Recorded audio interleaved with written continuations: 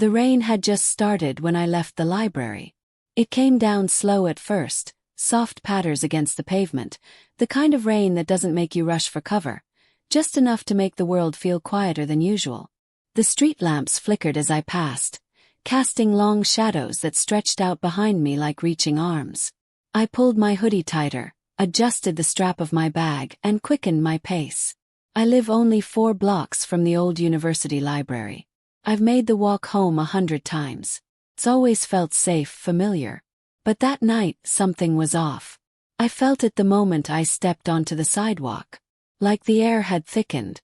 Like I was being watched. I laughed it off. Just my mind playing tricks on me. The stress of finals. Too many nights reading ghost stories in dim corners of the library.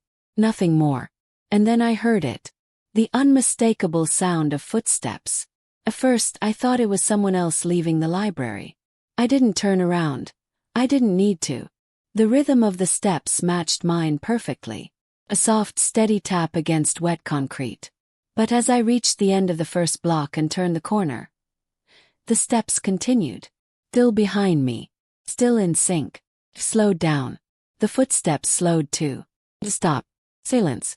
I turned around. No one. The street was empty.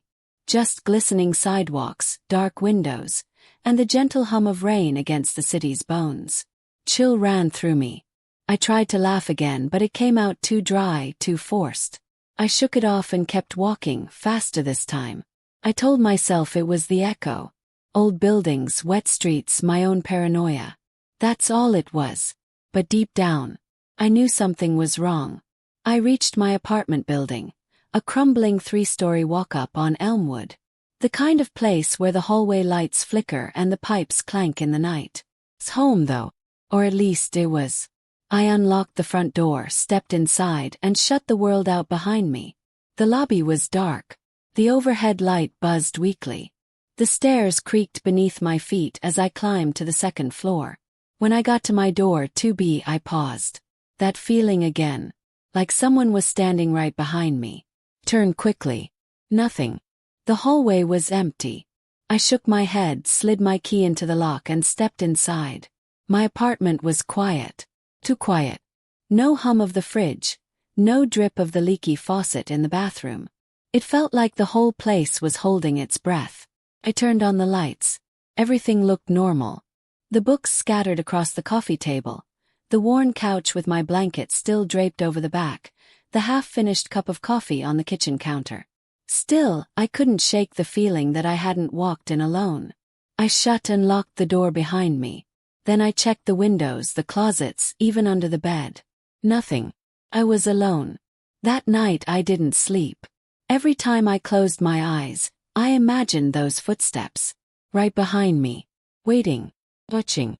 The next day I didn't go to class. I stayed home, trying to convince myself I had overreacted. That it had just been a stressful night, nothing more. But the silence in the apartment was suffocating. I found myself constantly glancing toward the door, expecting it to creak open on its own. Around noon I went to the kitchen to make coffee. As I stood at the counter I heard it again. This time inside the apartment. I spun around. Nothing. My heart raced. The sound had come from the hallway just outside my bedroom.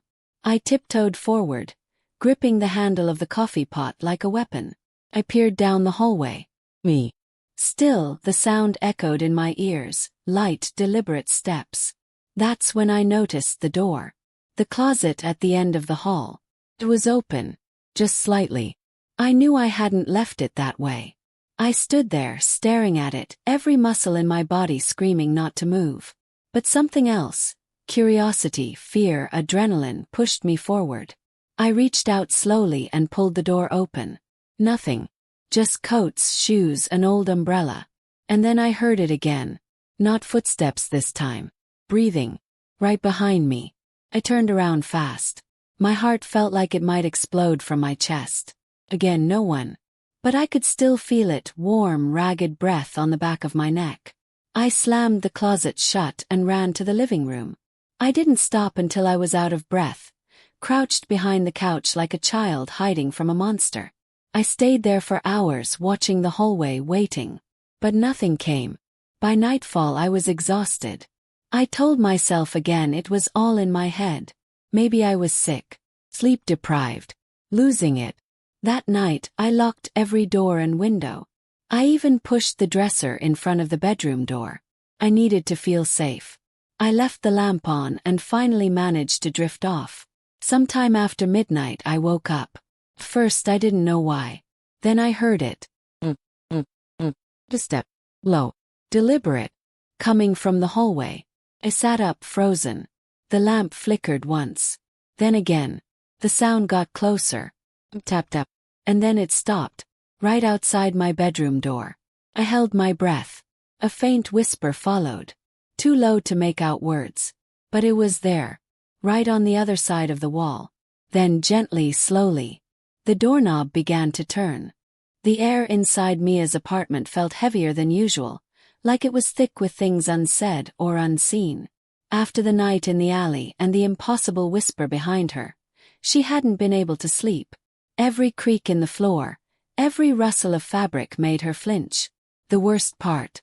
She kept hearing footsteps behind her. Even when she was alone. She had told herself it was stress. College, a breakup, the move to the new neighborhood. It all added up.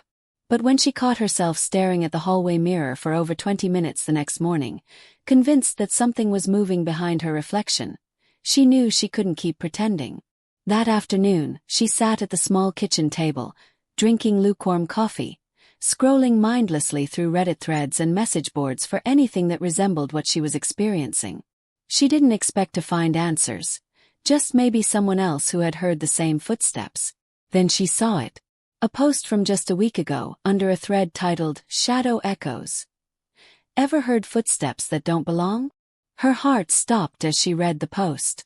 Every night, around 11 p.m., I hear footsteps behind me. Always behind. I've turned around 100 times and there's nothing there. It started after I moved into an apartment near Holloway Street. I thought I was going insane until I saw him. The man in the window. Her breath caught. Holloway Street. That was her street. There were dozens of replies. People describing the same thing. Some saw shadows. Some heard voices. A few had even captured low, garbled whispers in phone recordings. And almost all of them had moved in within blocks of where she now lived. She closed the tab quickly, heart racing. She couldn't deal with this right now. But the name echoed in her head. The man in the window. That night, Mia tried to go to bed early. She played calming music, kept a small lamp on, even took a sleep aid. Anything to keep her from noticing the familiar, creeping unease. Didn't work. At exactly 11:03 p.m., the footsteps started. Low. Even. Behind her. She sat up in bed, paralyzed. One step. Then another. She held her breath. And then silence. She didn't turn around. The next morning, Mia decided to visit the building's landlord, an older man named Mr. Calloway who rarely left his tiny office tucked near the lobby. She found him behind his desk, staring at a dusty old ledger. "Mr. Calloway," she said, hesitating at the doorway. He looked up, eyes narrow but alert. "You're the new tenant in 4B, right?" She nodded. "Yeah. I wanted to ask about the building. Has anyone ever reported weird things?" His fingers tightened slightly on the edge of the desk. "What kind of weird things?" Mia swallowed. "Footsteps. At night. When no one's there. Shadows. Maybe even." She hesitated, afraid of how it would sound. "A man in the window." Mr. Calloway's expression changed instantly. He stood up and walked to the door, closing it behind her. He didn't sit down. "You shouldn't be saying things like that out loud," he said. "Why?" He looked at her, and in his eyes there was something, regret, fear. "Because if you notice him, he notices you back." Back in her apartment, Mia stared out her bedroom window. From here, she could see into the windows of the building across the street. Most had curtains drawn, but one on the third floor was open, completely dark inside. It wasn't the darkness that unsettled her. It was the fact that, for a split second, she thought she saw someone standing there. Perfectly still. She blinked. The window was empty.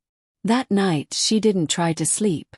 She sat in her living room with every light on, phone in hand, recording app open. It was 10:59 p.m. Her heart was hammering like a drum. 11 o'clock. Nothing. 11:01. Still silence. 11:02. She turned on the phone's recorder. And then, at 11:03, there it was. The step. She pressed the phone close to her chest, barely daring to breathe. The sound moved from the hallway behind her, into the room, across the floor behind the couch. Temperature dropped. And then tap. She turned toward the window. He was there. The man in the window. He stood perfectly still, facing her. His face obscured by the shadows, but somehow she could tell he was watching her, smiling. She screamed and backed away, but when she blinked, he was gone. She checked the recording. Nothing. Not a single step. Not a single whisper. She didn't sleep again that night. The next day, she visited her upstairs neighbor, a quiet woman in her 40s who always seemed to be coming or going with groceries but never spoke much. Her name was Diana. "I'm sorry to bother you," Mia said nervously. "But I need to ask you something. Have you ever heard anything strange?" At night. Diana's eyes darkened. "You heard the footsteps, didn't you?" Mia nodded. Diana looked toward her own window and lowered her voice. "He walks the building. Always behind you. But the moment you turn to look, he's gone. He doesn't like being seen. But if you look at him too long, if you really see him, he starts coming closer." Mia's hands were trembling. "Who is he?" Diana didn't answer. She walked over to her kitchen counter and returned with something small in her hand. A silver bell on a black ribbon. "Hang this near your window. If it rings, don't look outside. Don't move. Don't speak. Just wait." Mia stared at her. Wait for what? But Diana had already closed the door. That night, Mia didn't record anything. She hung the bell by the window. It didn't make her feel safe. Nothing could. 11 o'clock came and went. 11:03. The footsteps began. But this time they were faster. Closer. She sat frozen on the couch, arms wrapped around herself. Then the bell rang. Once. Then silence. She couldn't help herself. She looked. He was inside. Not in the window. Inside the room. Standing inches from her. Face pale. His black. He leaned forward, his voice like ice. "You looked." And then. Darkness. The footsteps haunted Avery's dreams. Every time she closed her eyes, she was back in that hallway at school. Cold fluorescent lights flickering above, her own breath echoing too loudly, and the slow, deliberate steps behind her. Except in the dream, they never stopped. They got closer. She never turned around. She couldn't. She would wake up gasping for air, heart racing like a trapped animal.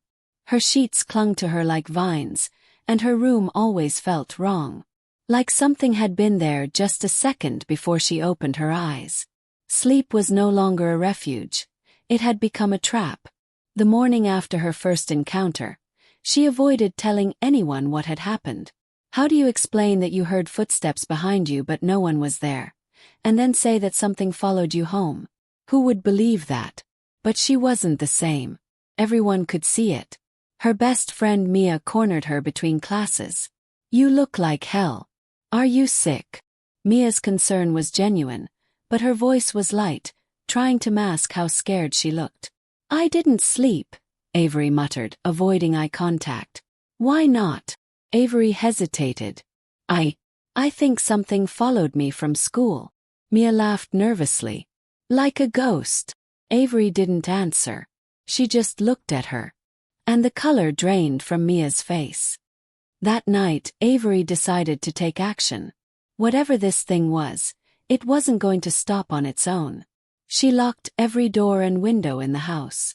She even placed salt lines across her bedroom doorway. She had read it in some random forum about paranormal protection.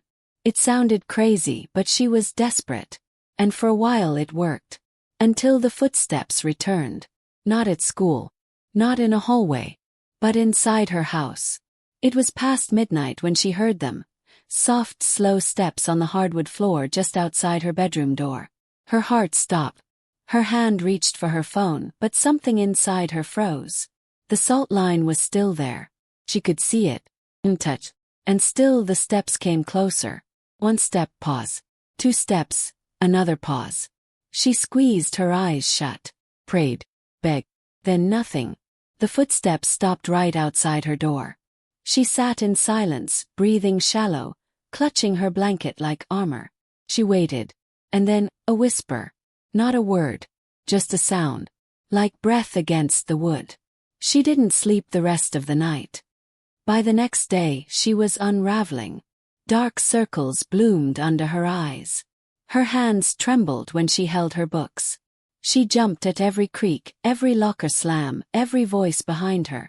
She stayed behind after school again, determined to retrace her steps, back to the hallway where it all began. The corridor was empty, washed in cold twilight from the windows. Her footsteps echoed just like before. She stopped, waited. Nothing. She turned around quickly, half expecting to see someone there. No one. But when she turned back around, there was a shadow at the end of the hall. It was long and narrow, too far to make out details. But it hadn't been there a moment before. "Hello," she called, voice shaking. The shadow didn't move. Avery took a step forward. The shadow vanished. Ran. Not to the exit. Not to safety. But toward the spot where the shadow had been. There was nothing there. No door. No window. No place for someone to hide. Except a faint set of footprints. Wet. As if someone had just walked through water. She reached into her bag for her phone to snap a picture. Her hand was shaking too hard. Then her phone buzzed. Unknown number. She opened the message. "Stop following me." Her stomach dropped. Avery looked up and scanned the hallway. Nothing. But when she looked down again, the footprints were gone. As if they had never existed. That night, the dreams were worse. In them, she was walking down the hallway again. But this time she turned around. And saw herself. But her other self was wrong. Its eyes were hollow, mouth stretched in a too wide smile. Arms limp like a broken marionette. It walked in slow, jerky movements. And every time Avery tried to run, the floor stretched endlessly before her. She awoke screaming. The mirror across her room had fogged, as if someone had breathed against it. Words were scrawled into the condensation. "I'm getting closer." Avery no longer knew what was real. Mia came over after school, trying to comfort her. But Avery couldn't focus. Everything Mia said sounded far away. Distant. "You need to tell someone. Your parents, a teacher, anyone." "They won't believe me," Avery said. "They'll say I'm hallucinating. Or crazy." Mia hesitated. "Then prove it's real." "How?" "Go back. Get footage. Audio. Something. We'll set up cameras in the hallway. At least then you'll know you're not imagining this." Avery nodded slowly. Sounded like a plan. Terrible, terrifying plan. But it was something. That night she couldn't sleep again. But she didn't hear footsteps. She didn't hear anything at all. And that silence was worse than the sound. The next evening, Avery and Mia snuck back into the school. Using a maintenance door Mia knew how to unlock. They brought cameras, a voice recorder, flashlights. They set everything up at the end of the hallway. Right where it had all started. They waited. Nothing happened for the first hour. Just darkness, cold, silence. Then the lights above flickered. Once, the camera whirred and clicked. The recorder began to hiss with static. And then footsteps, loud, low, coming toward them. Mia grabbed Avery's arm. "It's here." The hallway stretched before them, but nothing was visible. Then something emerged. Figure. But it was wrong. Its face looked like Avery's. But melted. Distorted. One eye too high, the mouth elongated. Took another step. Avery whispered, "We have to go." But Mia was frozen, eyes locked on the thing. The figure tilted its head. Then it smiled. The recorder exploded with white noise. And then the cameras died. They ran back into the night, breathless, shaking. They didn't speak a word until they reached Avery's porch. "I saw it," Mia said, voice thin. "It looked like you." Avery nodded. "It wants me." Mia looked at her, eyes wide with something new. Fear. Not of the thing, but of her. "I think it already has part of you," she whispered. Avery said nothing, because deep down she was starting to believe it too. The following morning, the sun barely pierced through the clouds that loomed over the town, casting a pallid light across the streets. Clara didn't sleep at all. The constant sound of footsteps, the same eerie, measured steps, had circled her bed all night.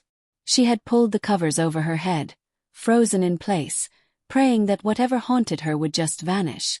But nothing had changed. If anything, the presence had grown stronger. She looked in the mirror, her face pale, eyes bloodshot, and lips dry from anxiety.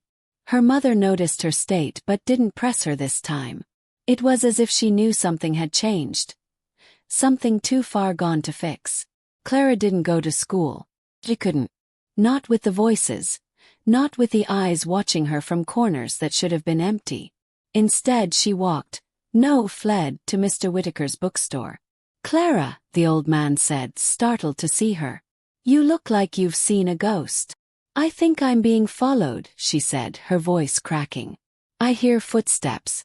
I don't see anyone, but it's always there. Every time I look behind me, no one's there, but I know something is." He gestured for her to sit, then disappeared into the back room. When he returned, he held an old leather-bound book with a cracked spine and curling pages. The title was embossed in faded gold. "The Hollow Echo." "I thought about what you said the other day," he muttered, sliding the book across the counter. This might help you understand." Clara opened the book with trembling fingers. Inside were stories, local legends, eerie testimonies, entries written by people long dead. All of them described the same phenomenon. "I heard footsteps behind me, but when I turned around, no one was there." They called it the Echoed One. According to the book, the Echoed One was a presence born not from death, but from loss. A fractured soul that had been forgotten, erased, or hidden so deep that its scream could only manifest in the sound of its footsteps. Clara's blood turned to ice as she read entry after entry. These people, like her, were haunted not by an external entity, but by a shadow of themselves, severed and buried in silence. One line in particular made her stomach knot. "The echo will follow until the forgotten truth is spoken aloud. Only when the silence is broken can the footsteps stop." But what truth? What silence? Mr. Whittaker watched her carefully. "You remember more than you think, Clara. Sometimes we don't bury things. They're buried for us." "What are you saying?" she whispered. He hesitated, then leaned in closer. "Do you know what happened to your father?" The words hit her like a slap. Her father had always been a forbidden subject.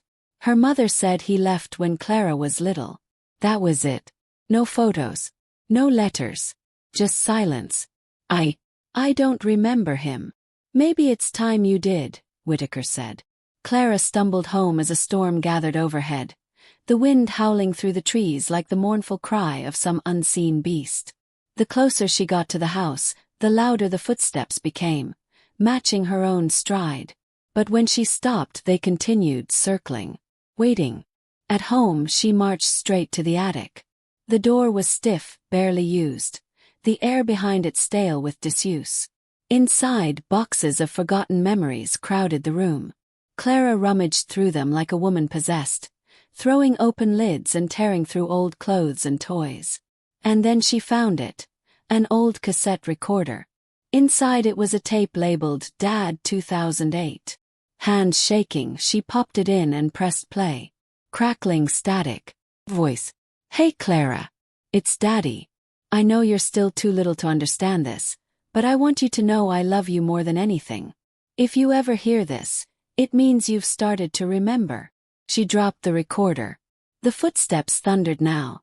On the stairs, on the ceiling, under the floorboards. Her own heartbeat was drowned by the deafening echo of something that refused to be ignored. The door to the attic slammed shut. Her mother's voice called from below. "Clara, what are you doing up there?" Clara backed against the far wall. "Why didn't you tell me about him?" "Oz, come down, honey. Let's talk." "No, not until you tell me the truth. What happened to Dad?" The silence that followed was unbearable. And then, "He didn't leave us," her mother admitted, voice trembling. "He started hearing things, seeing things. He said someone was following him. He said the footsteps wouldn't stop." Clara's breath hitched. "So you locked him away?" He shouted. "No," her mother cried. "He locked himself in. Said it was the only way to keep it from spreading to you." Something shattered behind Clara. She turned to see the window cracked from within, splintered as if something had tried to escape. "I never meant for you to remember," her mother whispered through the door. But it was too late. The attic floor creaked. Clara turned. A figure emerged from the corner, shadowy and flickering like a broken reflection. It had her face, but older, gaunt, eyes sunken with years of torment. "I've been waiting," it whispered. Clara couldn't move. Her body locked in place as the figure stepped closer. "I tried to keep the silence," the echo said. "But you heard me. You always did." It reached out a hand, not to harm but to merge. "I'm the part they buried. The truth you were never allowed to remember. I am the footsteps."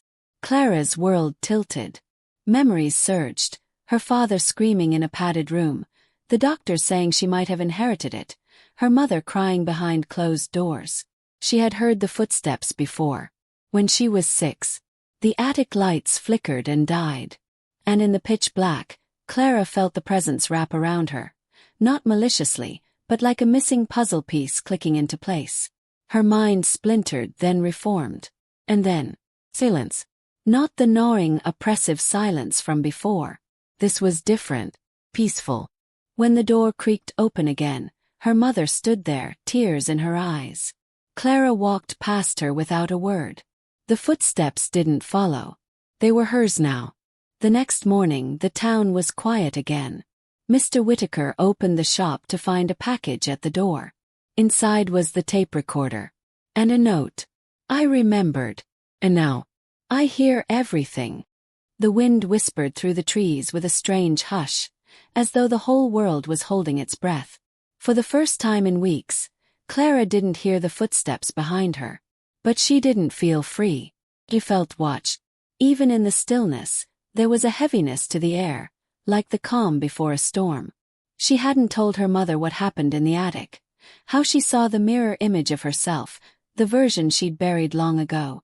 She hadn't said a word about the voice on the tape or the strange sense of merging that followed. What could she even say? That she'd seen a ghost of herself. That her father's madness wasn't madness at all. That the footsteps weren't chasing her. They were trying to warn her. No one would believe her. But Mr. Whitaker might. She returned to the bookstore just after sunset. The bell above the door jingled weakly as she entered. "Clara!" Mr. Whitaker looked up from behind the counter, brow furrowing when he saw her. You don't look like yourself." "I'm not," she said plainly. "I remember now. I remember everything." He stood slowly, cautious. "And the footsteps. They weren't just following me. They were leading me somewhere." He said nothing, just waited. "My father never left," she continued. "He was locked in the hospital. They said he had schizophrenia. But what if it wasn't that? What if it was real?" Mr. Whitaker didn't blink. "I've seen many strange things in my years, Clara. Madness and magic can wear the same mask. I need to find him," she whispered. "He's still alive. I can feel it." The old man hesitated, then slid something across the counter, an address scribbled on the back of an old receipt. "I never showed you this before," he said. "But I think you're ready now." The facility was 2 towns away, an old asylum tucked in the woods, decommissioned a decade ago. But according to the note, someone still lived there. Caretaker. And maybe something else. Clara borrowed her mother's car and drove through the night, headlights slicing through the dense fog. The road narrowed as she approached the forest, trees twisting above her like skeletal hands. As she neared the gates, her breath caught. The asylum loomed before her like a wounded beast, its windows shattered, bricks crumbling, vines choking its frame. A rusted sign hung askew above the gate. Waverley Home for the mentally disturbed. She parked and stepped out, gravel crunching beneath her feet. The footsteps returned. But this time they weren't behind her. They were ahead, leading her inside. The interior was worse than she imagined. Graffiti covered the peeling walls. Broken furniture lay scattered across the halls. The air stank of mildew, dust, and something far older. But she wasn't alone. The footsteps echoed down the corridor, slow and deliberate. And then voices. She followed them through twisting halls until she reached the central wing. At the far end stood a single metal door, its hinges rusted, its window blacked out. From the other side came a voice, raspy and low, but unmistakably human. "Clara!" She gasped. "Dad!" Silence. Then again louder. "Clara! Is that really you?" She ran to the door, pounding on it. "Yes. It's me. Dad." A weak laugh filtered through the metal. "They told me you'd forget me, that the voices would go away. But I always knew you'd hear them too." Tears stung her eyes. "I remember everything now." There was a long pause. And then, click, the door creaked open. Inside was a small, windowless room with a single chair and bed. A man sat hunched over in the shadows, beard long and gray, skin pallid and wrinkled. But his eyes were the same. "Clara!" he breathed, standing unsteadily. She rushed into his arms, sobbing. "Why did they say you were crazy?" "Because the truth was uglier than madness," he whispered into her hair. "The footsteps, the voices, they're not in our heads. They're part of us. Shadows of ourselves, broken by silence, by denial." He pulled back. "Then why did they stop?" He stared at her, a sad smile tugging at his lips. "Because now, they've found what they were looking for." The lights flickered. Then the screaming began. All around them the walls trembled. The air filled with moaning whispers, like 1,000 trapped voices crying out at once. Clara grabbed her father's hand. "What's happening?" "They're waking," he said, eyes wide. "All the echoes that were buried here. All the people who were silenced." From every corner they emerged. Shadowy figures, each a twisted copy of someone who had once lived, once been locked away and forgotten. Clara turned to her father, desperate. "We have to run." "No," he said quietly. "We have to listen." The figures moved closer, not to harm, but to surround them. And then, one of them stepped forward. It looked just like Clara's father, only younger. Healthier. "I tried to protect her," the echo said. "I know," the real man whispered. "I know." And with that, he crumbled.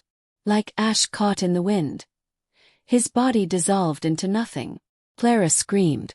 "No. No, no, no." But the echoes didn't come for her. Instead they stopped watching, waiting. And then, one by one, they disappeared, leaving behind a silence so deep it rang in her ears. Clara stood in the ruins of the asylum, tears streaking her face, her father gone. But the footsteps were gone too. 1 week later, the bookstore was quiet. Mr. Whitaker placed a new book on the shelf. Its title glimmered faintly under the overhead light. The Forgotten Voice, by Clara M. Halloway. A customer approached the counter, curious. "What's this one about?" Mr. Whitaker smiled gently. "It's about listening to the things we're told to ignore." In the back of Clara's new apartment, in a drawer she rarely opened, lay the old cassette tape. The label was worn, nearly unreadable. But every so often, when the night grew too quiet, she heard footsteps in the hallway, and a voice whispering gently, "Thank you for hearing me."